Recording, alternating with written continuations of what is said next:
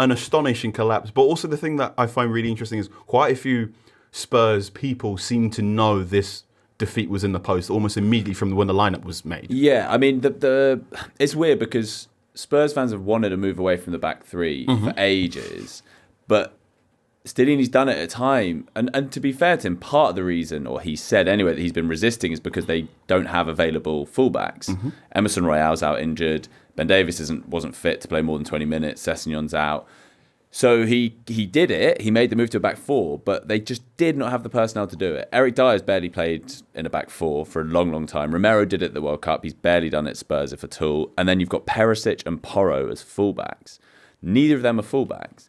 And so everyone winced when they saw that team in like this is a big old risk he's taking. Chucking in Sarr into centre mid. He's played 8 minutes or something since Milan, when he actually played quite well, but it was a huge ask for him to come in. So the ingredients were there, but even so, there's still something shocking about actually seeing it play out in this way. I mean, it reminded me a bit of like that period. Well, Spurs had it in the same season. They lost 6-0 at City. This is the 13-14 AVB Tim Sherwood season. 4-0 at Liverpool, 4-0 at Chelsea. And around the same time, Arsenal were losing 6-0 at Chelsea, 8-2 at United. And I don't know, there is something about those types of defeats where it's odd. I feel a lot of Spurs fans now, they've gone beyond the anger stage. And I know speaking to a lot yesterday, they were almost apathetic. You're getting battered, but you're like, I'm almost numb to this.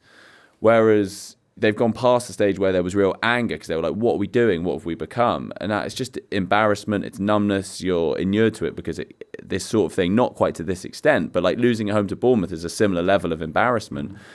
And once it keeps happening, you're like, I can't cope with this. I can't allow myself to get emotionally invested.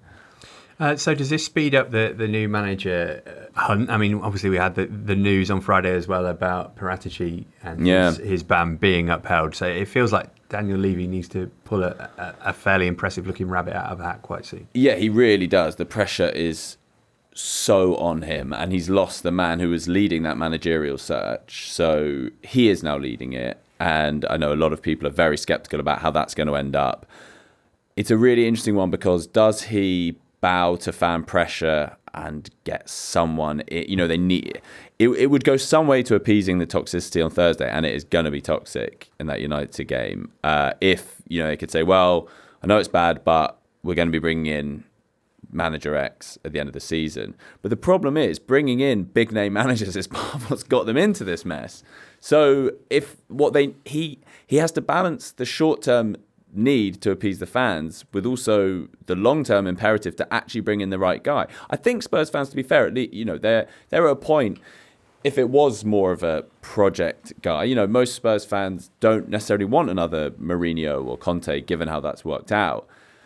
But Levy needs to find the right person, and whether he can do that in the next few days is doubtful, because a lot of managers are going to be waiting until the end of the season anyway before they commit to anything. To take over a team that just lost 6-1. Well, that's the challenge, and looks like it might not be in Europe at all, or maybe the Conference League. I mean, genuinely, you look at the league table, and I don't think it's guaranteed they'll get 7th. There are a lot of teams who I think could finish above them. So yeah, I mean, it's a really hard sell, and as you say, it's never been tougher. That sell, say, come and manage us. Yes, we were behind 5-0 after 20 minutes in our last game, but we're building something here. It's not easy. Hello there. If you've enjoyed this video, why not subscribe to this channel?